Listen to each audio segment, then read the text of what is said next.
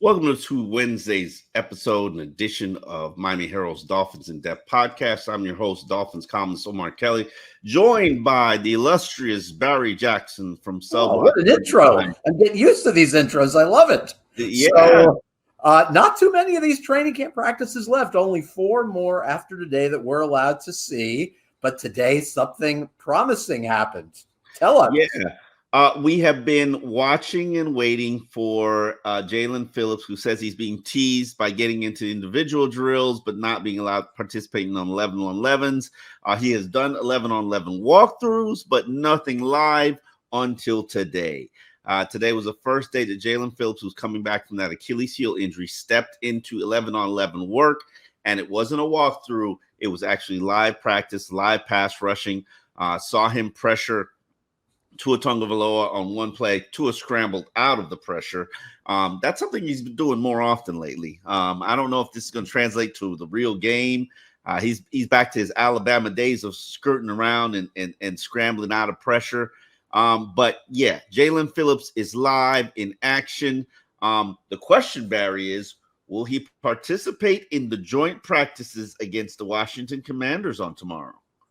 That will be fascinating, but he looks spry. He looks active. He looks fast. He looks like a guy who can help you on a pitch count on September 8th against Jacksonville. I will be surprised at this point if he doesn't play. And it's exciting to see because we all know Jalen Phillips was coming into his own before that injury on Black Friday against the Jets. I remember what Chris Collinsworth told me when he came out of the draft. He says this guy is going to be a star impact player. In Collinsworth's view, he was the best defensive player in that draft. We know the athleticism. We know the unique skill set. I'm excited to see what he becomes this year, and it's going to be such a big year for him. His 5th-year option has already been picked up, obviously, but he will command a long-term contract if he comes back and come back strong. So to me, that's one of the more interesting things of the next week. But it was a dominant day, I thought, in general for the group of front 7 players. Brandon Pilley made an impression today as he battles for the job to back up Benito Jones. Emmanuel Ogbah had another sack. Zach Sealer, to me, has had a very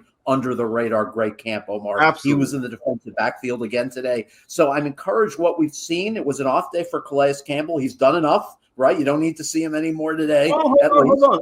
I think I need to see him in joint practice tomorrow, Barry. Okay. I think he got today off so that he can be rested and primed for tomorrow. We know he's not going to play in the exhibition season. I'm making a note to Weaver. I'm saying Omar says we must see Calais tomorrow. I'm passing that on. Oh, okay. You know what was funny? Because I remember going into Houston, I made that same edict for Teron Armstead, and then that was the practice that he got injured. So sometimes I get a little bit, sometimes I get a little bit impatient here. And certain pros, the reality is we know what they're going to bring to the table. Let's not push it and run the tread off their tires. Calais, I thought he started out camp slow, and he looked slow.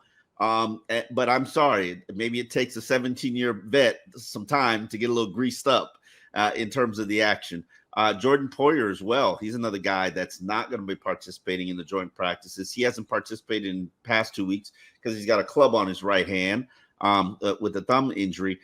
Here's the thing that find very interesting about what's happening right now. Do you realize that only Kader Kohou is a starting player heading into those joint practices who's practicing and working this week? So it's Kader Kohou and a barrage of backups that are going to be taking on the Washington Commanders, not only in the joint practice, but also in Saturday's exhibition game. Yes, there are injuries all over the secondary. McDaniels suggested today that Jalen Ramsey's issue that has sidelined him all week is nothing serious, wouldn't elaborate on what it is, obviously. Ethan Bonner, as I've reported, has shown concussion symptoms, so he's being held out. We haven't seen him at all this week. Even eyeballed him. He's probably inside, as he should be, with a concussion. Javon Holland is nicked up again. McDaniel suggested it wasn't anything serious, but it's worrisome to see that there have continued to be health issues. I'm not calling him injury prone. He's a terrific young player. We all wish for the best for him, but you just hope he can maintain his health. I guess there are going to be more opportunities for backups. Isaiah Johnson, the rookie corner from Syracuse, who is your favorite corner among the three rookie corners. Why you say that name first, Barry? He's growing on me. He's growing on me. He made 2 terrific plays in coverage today inside the bubble. He now is emerging as maybe the best of the 3 young corners. Jason Maitre made another play today, which is like that. I think Storm Duck has done well. Jason Maitre has done well. I think he's actually the guy who's performed probably the worst of the 3. But I just see that length. I see that athleticism. I'm intrigued by that. And 2 good plays in the end zone today. So give him credit for that. He had a play in the Atlanta game. One of these 3 corners could make the 53. It would not stun me at all. The Dolphins love these corner projects. They kept Kohu, they kept Needham. Ethan Bonner obviously was a practice squad guy, but played in the playoff game. Over who, Barry? Over who? If they see, to use a Jeff Ireland term, if they see an acorn among Isaiah Johnson, Jason Maitre, and Storm Duck and feel that one of them is going to be claimed by Arizona or some fringe team that has room on their 53, that could influence them. I'm telling you, don't be shocked if they keep one. I'm not predicting they're keeping one. I just think it's not out of the question. So we're going to see a lot of them on Saturday. We will see a lot of them, and somebody's going to have to shine for me to say that they're going to make the 53. I have stopped worrying and obsessing about waiving a player, trying to put him on the practice squad and somebody else claiming him. Name me somebody since Rob Ninkovich who's actually been a waiver wire gem that just got away. And I saw your poll on Twitter about this. So we started talking about this on the pod yesterday about who is the player that they lost that they will forever regret and get in a fetal position crying for years and years. I brought up Ninkovich. Was there anyone else that came up in your Twitter poll? I could only think of AJ Francis, and then he'd been here for days, for years. And remember the time the Patriots claimed him, and then the Patriots let him go, and then he came back. And, you know, he had many cups of coffee with Miami. He's a wrestler now. Then we've got Chris McCain. You remember how enticing Chris McCain was. He was a sack monster. He terrorized quarterbacks. He was Mr. August. He was the August version of Reggie Jackson, Mr. October. Yeah. And I think there was somebody else. There was like maybe Anthony Armstrong. Remember that wide receiver? Oh, the receiver. Yes. Everyone thought this is the next big thing. That didn't last long at all. But I thought AJ Francis was driving an Uber. He was driving in very early young careers. Then he became a WWF wrestler. Now he's wrestling for somebody else.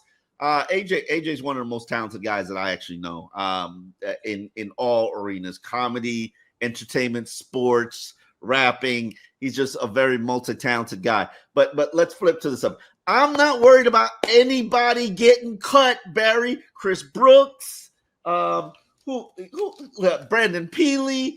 I'm not worried about any of them. If you want to claim my guy, the players that don't make my 53, who I'm trying to put on the practice squad, so be it. You know what I'm focused on, Barry? I'm trying to claim somebody else's treasures as opposed to worrying about my treasures here. Savon Ahmed, Chris Brooks, hell, Malik Washington.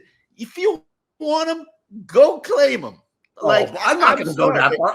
I want to keep Malik Washington, but I will say this. I bet you there are going to be 2 players on this 53 who are not on the team now, and I'm telling you, one of them is going to be an offensive lineman. Chris Greer has to take a microscope, a telescope, any kind of scope you need, and look at every single player cut and find an upgrade over your 9th and 10th offensive lineman. So that's one position. Now, knowing you would want a receiver over Malik Washington as your 6th. No, I'm fine with Eric Uzukama. I want to invest in Eric Uzukama. There's something there. I'm with you on that.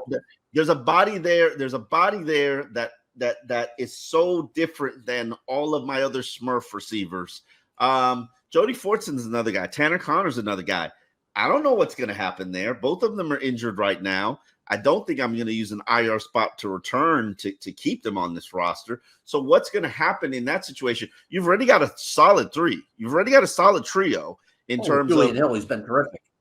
Durham Smythe, Jonnu Smith, Julian Hill. They've been solid. Why would I be stressing about what's going to happen with Tanner Connor? You've waived him already. Nobody's claimed him. Nobody's poached him off your practice squad. And I'm not saying that this guy doesn't have talent, and I won't have regret if somebody does claim him. But I'm sorry, Barry. Your job as Chris Greer is to assemble the best possible 53-man roster. It's not about the future. It's not about Patrick McMorris and what that guy can potentially do. I'm keeping Marcus May over Patrick McMorris. And you know why, Barry? Because if something happens to my two injured players, I got to go to the veteran who's got 77 snaps. I can't see here. Absolutely. Someone who's been in NFL defense, who's made play calls. I'm totally with you on that. I've become convinced Marcus May has to be on the team. He's made plays this week in practice. He brings experience. He brings savvy. He brings knowledge. He brings the ability to make play calls. And the likelihood, because of age, is that there's a decent chance player will get hurt at some point during the season. Hopefully not. Same with Holland, only in the sense that he's had injury issues. You hope both stay healthy. But the likelihood is that you're not going to get through a full season with both your safeties healthy every single game. So I'm with you on Marcus May. Keep him. You're likely keeping Elijah Campbell. Then you and I disagree about whether you keep McMorris as a fifth. Needham I'm keeping, but counting him as a corner. So that's where it gets interesting to me. I think McMorris to us is as much of a disagreement as any. I just was tantalized by what we saw last Friday. Also, he's one of your own draft picks. One game. I know. You have only 53 spots. I know it. One game. If he does it again, I'll be intrigued. But I'm not keeping Patrick McMorris over Nick Needham when I know the body of work that Nick Needham has done over the course of the last 5 years. I'm going to keep both. I'm going to try to keep both. But then if you keep both, there's no room for one of the rookie corners. It's very tough decisions. Today, what was interesting to me is Cam Smith, and we're going to talk about him. Cam Smith finally had a chance today, extensive time with the starting corners out. And it's funny to me that Cam Smith said, Anthony Weaver knows I'm a baller, which I thought was interesting. It's like no more Fangio criticism, but I thought that was interesting. You talked to him some today. What's your impression of what he's done? He's been out injured a lot of the time. And do you think he can really challenge Ethan Bonner to be your top boundary backup? That's a good question. I can say this about Cam Smith, and this is a compliment to him. I thought he had a very strong camp last year.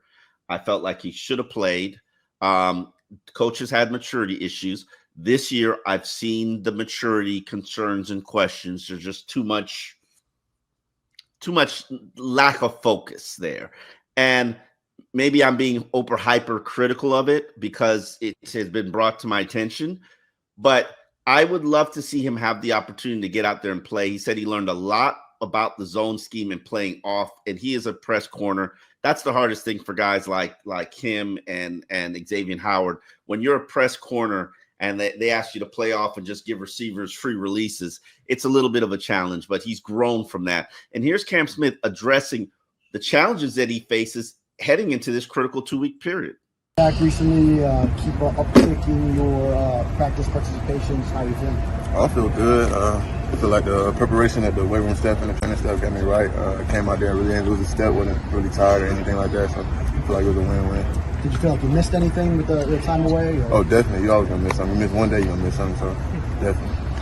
How much pressure do you put on yourself to sort of reestablish yourself for a second, emergent season? I don't really put too much pressure on myself. I mean, it's the reason I'm here, so just kind of homing in on the talents that I already have and then kind of listening to what Coach Ruggiero has to say about the little things that I need to work on and stuff like that, so just kind of applying those every day. What's one thing you've gotten better at? I feel like from last year to this year, I feel like my off technique, just kind of playing in Fangio's this defense last year, had a lot more off, so I kind of got the reprogressions, like learning to change my eyes, stuff like that. How important do you think these preseason games and joint practices are for you in your career? Right now, they're very vital. Just kind of making sure that all of the nooks and crannies work yourself out throughout this is where you work out everything, see where your mistakes at, see what you lack and all of that stuff. So it's really, really good. How has Anthony Weaver helped you? Really kind of just instilling confidence that he knows I'm a baller. So just making sure that every day he knows that I'm gonna do what I'm supposed to do, bring the energy, do everything I'm supposed to do. I think I know the answer, but I'm going to ask, who's the toughest cover on this team? Regan Waddle, but I can't lie. Rib and Barrios, they got some shit in their bag. What could the Commanders? What type of challenges could they bring at practice tomorrow? They have a lot of receivers. Their receiver room is kind of deep. I know a lot of them, Diami and all of those. But just kind of the length that they have a a lot of bigger receivers, so it's going to be more back shoulders, stuff like that. So stuff that we really don't see on a day-to-day basis. How do you feel physically? I feel great. Coming in, I mean, the first interview when I came back, I got the same weight on 193, so I feel good. I'm still running the same, stuff like that. Just making sure that I stay in the realm of playing on the field, like just make sure I'm on the field. So really when the first time you came back, it looked like you re-aggravated or you suffered a setback and then got shut down. What do you need to do to ensure that you don't get shut down again? Just kind of staying on top of it, being proactive about it, making sure that even if it don't hurt, just making sure I get something done to it and make sure I take care of it. You dealing with soft tissue? Is that what it is? Oh, yeah. How does the scheme align with your strengths? A lot, press technique, really just kind of getting back in the groove of that, just playing a lot of off last year. So just getting back in the groove of that and just being back comfortable, sitting in the press and sitting in there, getting my hands on stuff like that, making sure they go around me, not opening the gate, stuff like that. Yeah, he's a very talented young man. I remember last year, he just seemed like he had lost confidence in himself. And when you go through situations like that, where I don't know how to say this, but a coach was picking on you, it could kind of chip on your confidence and chip away at your confidence. And then the pressure of being early draft picks, Barry. I'm a big proponent of not putting too much on a rookie's plate, because if you give them a full plate and then they struggle with it, then what do? You just give them small bites. Feed them like you feed my 3-year-old toddler. Just give them a small little plate. And if they eat everything on the plate and they say they want more, okay, let's give them a little bit more. What role now for the next 2 weeks? He's gonna start. I don't see Jalen Ramsey playing in the preseason. I'm not even sure I see Kendall Fuller playing in the preseason. Maybe this week he gets a little bit of work, but do you really need to see both of those individuals? Yeah, no, I don't think so. I think the Dolphins have played this right, not adding another veteran corner yet, just letting the kids play it out, having Bonner take a lot of snaps. Obviously, with the concussion symptoms, we probably won't see him this week, having Cam Smith take a lot of snaps now. And then you determine in late August if you need to go on the street, beg Xavier Howard to come back, beg another veteran corner to come back. With Cam Smith, it bothered me a little that some people are saying Cordray Tankersley. To me, Smith has a lot more skills than Tankersley did. With Smith, it's been more a case of Vic Fangio is stubborn. He gets an early perception of someone. He's going to stick with that and not give him a chance. Cam Smith was beaten on the play in Jacksonville in the preseason game last year, which I think hurt his confidence a little bit. But as Omar said, he was making a ton of plays around the ball in training camp last year. So I want to see more of Cam Smith. He deserves the chance. Way too soon to call him a bust. He's not a bust yet. Check back with me in a year and a half. If he's still buried on the depth chart, then we can have that conversation. So yeah. I'm with you. I want to see the young corners. And as far as Needham, now there's a guy that it's interesting because he seems as much on the bubble as any prominent veteran. We hope he's not. I know Nick is one of our personal favorites. I think going for him is the fact that he's smart. He has versatility. He's your top nickel backup corner right now behind Kohu on the depth chart, which I think is an accurate reflection. And he can play safety. He's taking a lot of reps at safety. So I would keep him. But to you, is it a toss-up? Between who? Right. I know this game where I have to remove someone if I'm going to keep someone. It's like when people give their top 10 list of players. Well, who are you going to take off, right? I know that's part of the game. I'll come up with a name for you after Nick Saturday. Nick Needham is right now the 5th safety, and I would say either the 5th or 6th cornerback. How many defensive backs are you going to keep? And Saran Neal counts as one of them, which is the problem. You really need Saran Neal because your other special teams ace that you signed this offseason round is out for the year. So Saran Neal, who has really struggled in coverage for the most part, he's had a couple of good days, but he had a pass interference today. I don't know that he's going to help you at cornerback, even though he had some moments earlier in camp. He struggled recently. But if he counts Saran Neal as a corner, which is his position, Then you start wondering, okay, is there space for one of the rookie corners? Is there space for Needham? Yeah. But can you get away with cutting Saran Neal, who was an ace special teamers for Buffalo, or does that leave your special teams too compromised? We know how big they are on getting players who are just special teams guys, like Ethan Carter and others over the years. It totally depends on how comfortable I am with some of these other guys being a gunner. I'm not comfortable with Nick Needham being a gunner. Cam Smith played gunner last year. He was pretty solid. Elijah's a gunner. He's on one side as a gunner. The question is, can Ethan Bonner fill that gunner role, or can I get another safety, whether it be Patrick Morris, fill that gunner role? It's, to me, Saran Neal, he's not as good a cornerback as Nick Needham. He can't play, doesn't have the versatility as Nick Needham. Nick Needham can help you on special teams, but is he going to do that, gunner role? He's not. So that's a toughie. But if you ask me if Saran Neal has done enough to be on this 53-man roster, my answer would be no. The problem is I don't have a special teams guy to replace him. So maybe that's a situation where maybe he's an early cut. Maybe I try to revisit signing him later.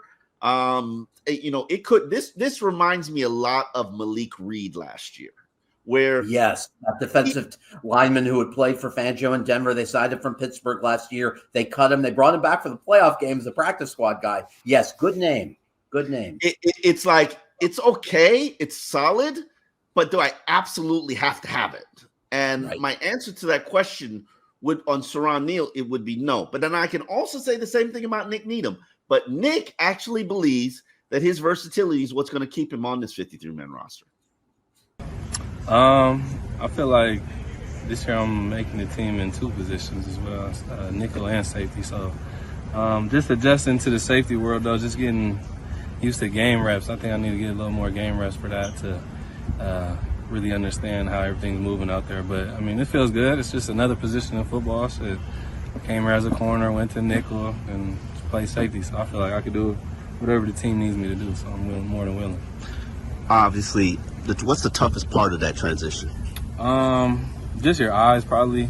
Seeing the whole field as a safety rather than a nickel. You're just in the slot or corner. You're just on the island. So, and it's also more commanding the defense as well. So I think I'm a pretty smart guy, and I'm capable of doing that. I just got to get more mental reps and more on the field reps to really understand it. Now, could you go out and play on the boundary if you need to? Yes, sir. I stay out there in my bag for sure. Yeah.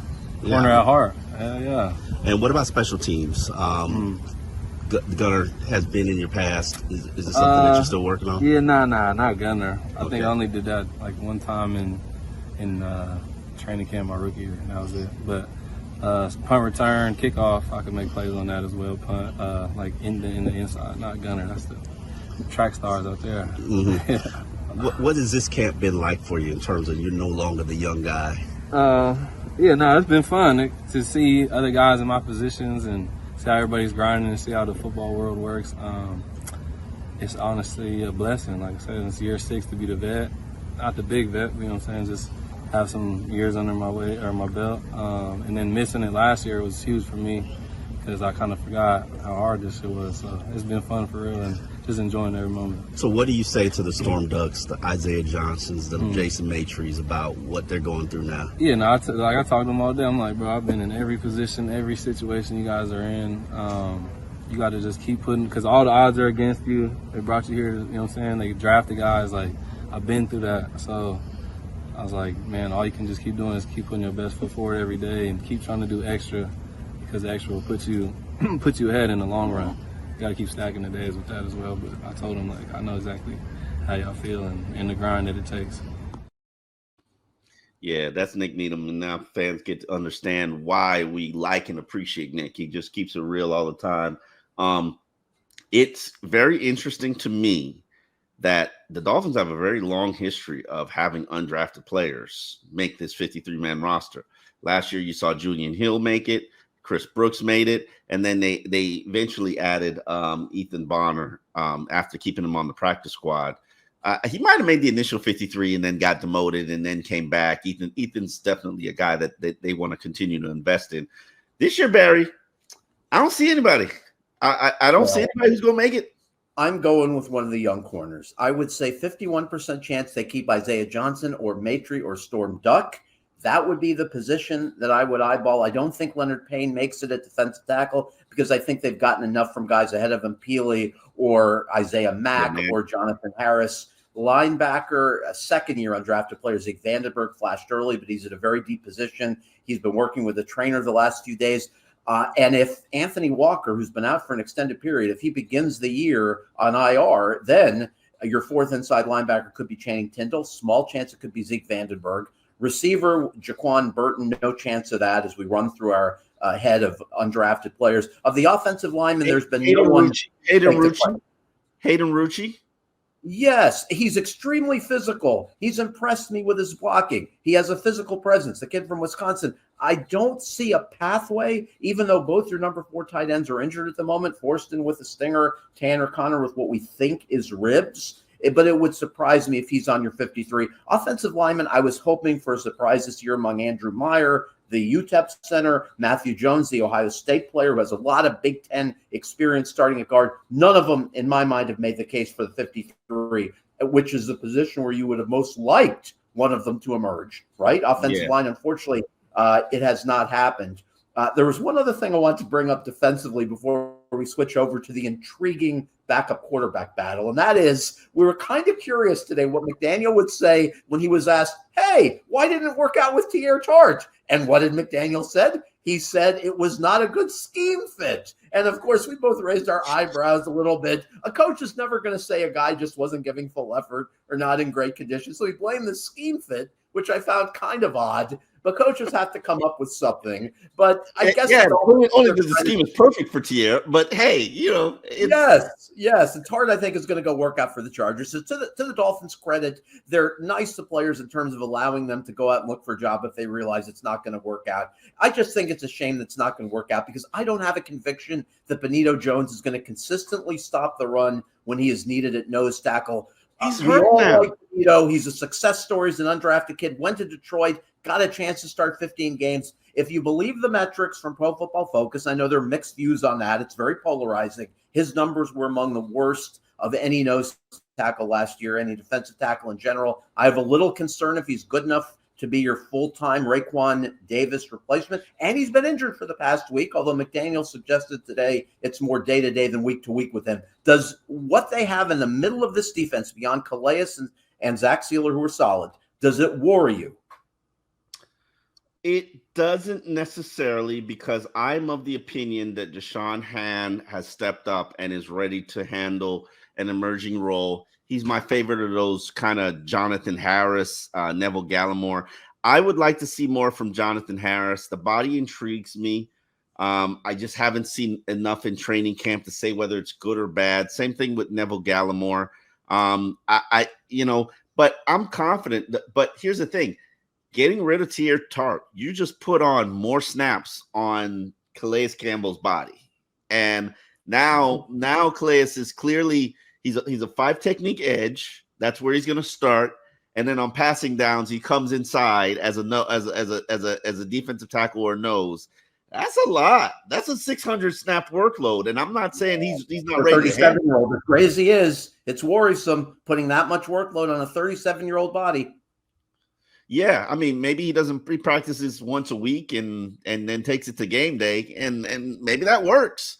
Benito Jones is really just a 20 snap a game player, so I'm not over obsessed about what this is going to look like. But I'm very curious to see how this whole thing plays out. But let's be real about it. I just wanted to know Mike McDaniel's answer. I really just wanted to know what his answer was going to be.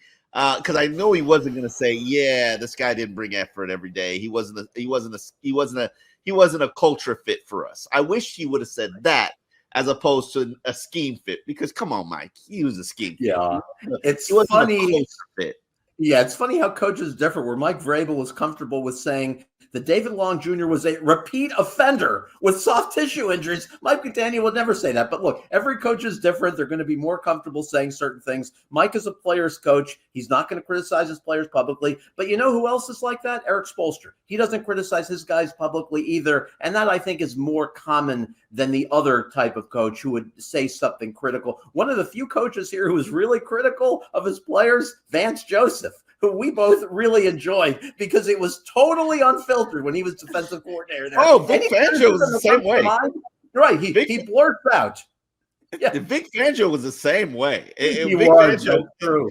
If it came to his mind, he said it. And you've just heard so many critical things about so many, and I don't think you have to be critical of players. But let's be real and let's not mislead people. And I wish Tua Tart the best. He just wasn't a culture fit for this organization. Here's the thing: they're not gonna run you into the ground in terms of the amount of workload that you're gonna do. But when you're out there, they want you to work hard. And absolutely. And Austin Clark, I think, made the most revealing statement a couple of weeks ago when he said, with Tua Tart, we just need to see consistency. We see flash plays, but we just haven't seen enough consistency. So I guess we'll leave it there with that. So tell me about backup quarterback. What an interesting saga that's going on. Why do I have to tell you about backup quarterback? I'm watching this saga because you know my standpoint. I don't believe it's a battle. And I feel like Mike McDaniel is trying to say to me, it's a battle. I know you don't believe me, but it's a battle because Skylar's getting all the reps. And I'm looking at the situation. I'm like, yeah, they're not going to give him a chance. But he's getting all the work. So why is he getting all the work if he's not going to get a legit chance? Yes, as someone once said, it's very, very interesting to see Skylar Thompson get all of the non-Tua snaps on Monday, every single one of them, and then he has gotten the vast majority of snaps that Tua hasn't gotten. Not all of them, but the vast majority over the past 2 days. Something is going on. I don't want to do the Brian Windhorst fingers up, but something is going on where he starts the game last Friday, gets far more snaps than Mike White. He's been better than Mike White throughout camp. Now, White had the TD pass to Tua on Tuesday, and Mike White can stand here and tell us, look, you put me with good players, I'm going to give you production. But if you put me with scrub, not that Mike White said this, but he could. If you put me with scrub, it's going to be a disaster. So to me, Skylar is a little bit ahead, but we need to see more. If you had to pick one right now, who do you feel better about being your backup quarterback September 8th? Oh, my God, Barry. It's a tough question to ask me for that reason. Because if I'm factoring in money, I'm keeping Skylar and getting my $3.5 million back. If I'm factoring in player that I feel like I can put on my practice squad, I'm keeping Mike and cutting Skylar and hoping that nobody's going to claim him. If I'm factoring in who gives me the best chance to win a game on Sunday, if something happened to Tua Tagovailoa for a month, I'm going to have to go with Mike White because he's got the experience. But then again, I see the problem is you see the Skylar is high and he's low. Mike is just consistent. Do coaches value the high and the low, or do they value the consistency? And I based on the coaches that I've covered over the years, they want the consistency. Now they might be playing Skylar to see if he can get rid of the ebbs and flows and show you some baseline. But I don't know. I don't know what's going on, Barry, but I don't believe it's a competition. I don't know what's going to make me believe it's a competition. I think it's kind of a competition. I'm with you. Ultimately, I think Mike McDaniel is going to be comforted by the reliability factor with Mike White, the fact he's been there before, the fact he's smart, he's trustworthy. Not that Skylar isn't. He just has a bigger body of NFL work. He's a really sharp guy. And also, Mike White can always say, look at what I did for the Jets against Chicago. Look at what I did for the Jets against the Bengals. Those were 2 games where Mike White was extraordinary. Now, we're not going to mention all the other games where Mike White had a passer rating in the 60s and 70s. But those 2 other games, he was tremendous. So Mike White can always say that, and I still am with you. I think he wins the job, but I'm no longer sure like I was 2 weeks ago. Here's the thing. When you look at Mike White and what he's working with, what are your expectations? Literally, are you because we're not seeing the starters. Even if Tua Tagovailoa plays on Saturday, his starters are going to be Braxton Berrios, River Craycraft, Eric Uzukama, and Braylon Sanders. Does that really excite you? It certainly doesn't excite me. So the question I have is, how do you evaluate Mike White when he's playing with the leftovers of the leftovers? So it'll be interesting to see how it plays out. We'll tell you tomorrow how it played out in the joint practices with the Washington Commanders. On that note, Dolphins in Depth is out.